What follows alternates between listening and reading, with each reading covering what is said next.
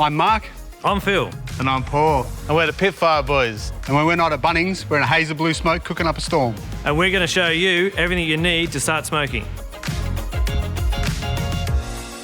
Hi, I'm Phil. Here we have a traditional charcoal kettle barbecue, and I'm going to show you how to use it.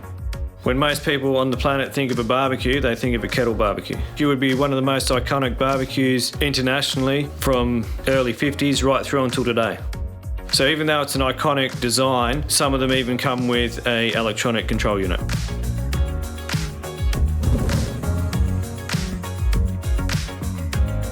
Take a lit chimney and add the lit charcoal to your charcoal baskets. Bottom vents will control your temperature and top vent will control the draw. Due to the shape, it'll come up to temperature quickly. You want a convection style cook, move your baskets to the outside and your food to the centre, and this lets the air circulate around your cook. For a direct grill, move the baskets to the centre of the chamber and grill directly over top. Because of the simplicity and ease of use would be why it's so popular around the world. So there you go, that's all you need to know to get cooking.